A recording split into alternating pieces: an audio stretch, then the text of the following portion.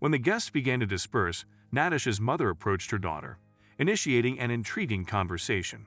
"Natasha, have you ever considered Alexander as a potential partner?" she inquired. Natasha was taken aback. "Mom, where is this coming from all of a sudden?" "Vidya will overhear us. Besides, I've seen the expensive perfume he bought me," she replied. "But Alexander could afford even more luxurious gifts. Look at the apartment he purchased for himself." "I've been telling you that you should aim for someone with a better job," her mother persisted. Natasha tried to change the subject and asked her mother to stop. Vidya overheard the conversation and decided to share his plan with Natasha. Later, after Alexander left for work in the morning, Vidya and Natasha discussed his idea over breakfast.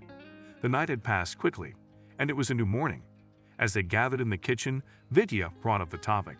"So, what was that proposal you made to my wife yesterday?" he playfully asked his mother-in-law. Natasha's mother was taken aback, and Natasha had asked her not to mention it.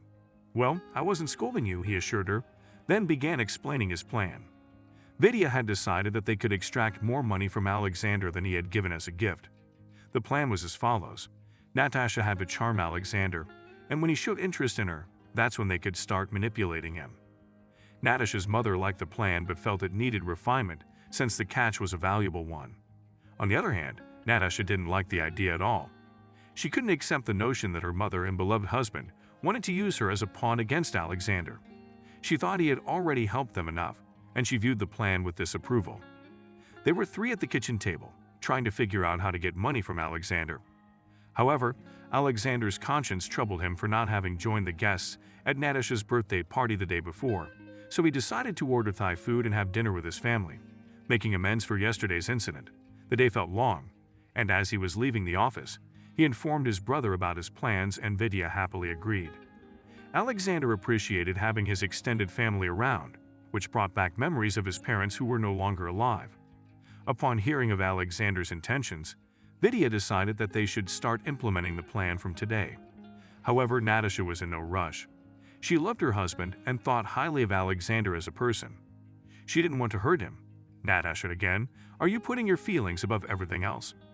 "We discussed it all in the morning and decided," Vidya began. "I know, but maybe it's better to start from next week. Let's think it over thoroughly," Natasha evaded, trying to stall. "No, we decided today," Vidya insisted firmly, and his wife didn't object further. Natasha was a slender blonde with waist-length hair. People often told her she could easily become a famous model, but she brushed off those comments. In her wardrobe, Natasha chose a suitable dress with a deep neckline that could leave any man mesmerized. After curling her hair with a curling iron and adding some eyelash makeup, she looked absolutely stunning. When she stepped out of the room, her mother and Vidya were left almost speechless. Vidya, the jealous type, asked, "Isn't it a bit early to bring out the heavy artillery?" "No, it's just right. We need to keep Alexander on his toes," she responded, cutting him off. Just then, they heard the sound of the door unlocking, and Alexander entered with bags of food. Natasha and her mother rushed to help him. After greeting everyone, he apologized to Natasha for the previous day and complimented her. The evening went by peacefully as they had pleasant conversations on various topics and sipped wine. When everyone went to bed, Natasha started clearing the table and suddenly heard footsteps behind her. It was Alexander. "Why aren't you going to bed?" she asked as he approached. "I can't sleep after wine. I need to have some chamomile tea," Alexander replied. "Take a seat, I'll make it for you," she offered. Alexander sat at the table and waited for his tea as Natasha prepared it. He tentatively asked, "Did I interfere with your plan with Vidya today?" Natasha was surprised and asked, "Why would you think that?" "Because you're so elegantly dressed today, and I thought you might have wanted to go somewhere," he replied. "But then I'm here with my dinner." "It's not that simple. I was just in a good mood," Natasha hesitated. She prepared 2 cups of tea, and they had a heartfelt conversation. Natasha couldn't help but notice that she liked Alexander, but quickly pushed those thoughts away. They talked into the night, and then went to their respective rooms. The next day, Natasha's mother reminded her of their mission. Seeing that she got along well with Alexander, her mother exerted more pressure, and as planned, Natasha drew closer to her husband's brother. They often had tea in the evenings and conversed. Of course, Alexander was oblivious to the scheme against him. He enjoyed the company of his brother's wife, and the day arrived when Natasha had to ask Alexander for a favor to gauge his trust in her. "Alexander, can I ask you for a favor?" Natasha asked timidly. Of course. What do you need? Alexander instantly agreed. Could you lend me some money for a dress? Vidya hasn't found a job yet, and I have an important event coming up, Natasha requested. Sure. How much do you need? Alexander asked and took out his wallet. Natasha replied, I don't feel comfortable specifying the exact amount. I told you not to delay. I'm in a bit of a hurry, Alexander rushed. How much do you need? Natasha asked.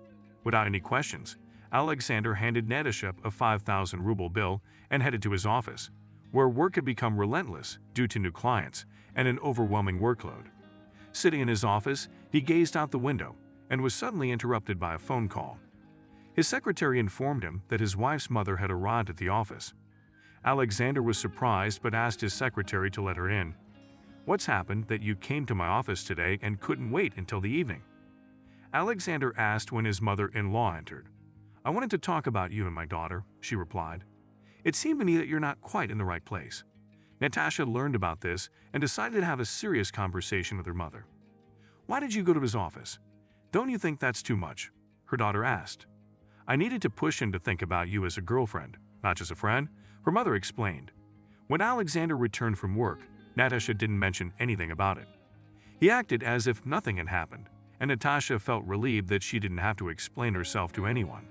A week later, Vidya hinted to Natasha that she should ask for more money. After all, Alexander hadn't refused her before, and the amounts were becoming substantial. But he didn't ask her any questions and didn't request the money back. Then, one evening, her mother entered the room, took her daughter aside, and started talking. It's time to move on to the final stage of our game, she said. What do you mean? Natasha didn't understand, but from Vidya's expression, she realized that he was aware of what was happening. What are you talking about? Natasha began to get angry. The apartment, her mother exclaimed joyfully.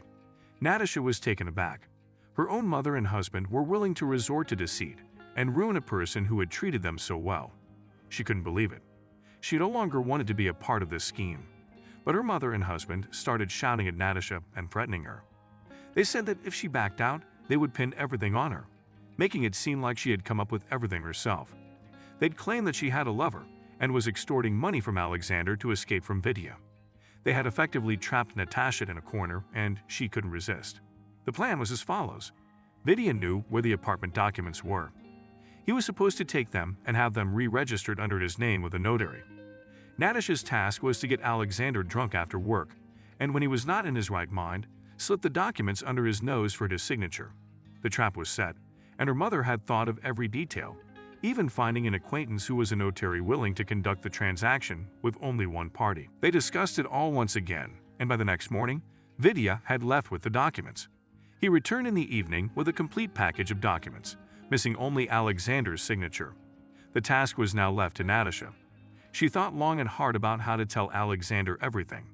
As promised, she dressed up in the evening, waiting for Alexander to return from work. Her mother and Vidya had deliberately left the house to avoid interfering. When Alexander came back close to midnight, he was surprised to see Natasha still awake. Why aren't you asleep? He asked. We need to talk, and it's very urgent, she quickly replied. What about? Alexander was intrigued. I'll be telling you, and you just listen. Don't interrupt with questions, Natasha firmly stated. She then proceeded to explain everything to him about the plan her brother and mother had devised. Alexander remained silent for a long while, pondering what he had just heard. Then he asked Natasha, Why did you decide to tell me all of this now? Alexander inquired, Why did you decide to reveal all of this to me at this moment? Natasha replied, I admit I made a mistake, but I want to make things right. I'll return all the money I took from you. Alexander responded, There's no need for that. But if you genuinely want to change, then help me with one thing, he asked.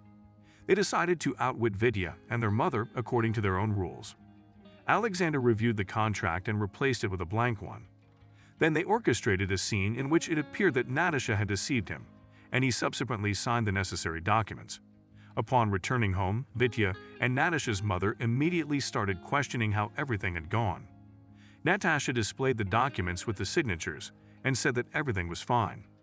Natasha's mother practically shouted with joy, but the following morning held a surprise for them.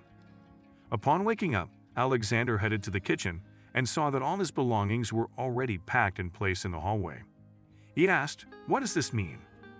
"That's right," Vidya began, waving the documents in front of his brother, shouting that the apartment was now his, and Alexander needed to move out as soon as possible, or else they'd have to involve the police.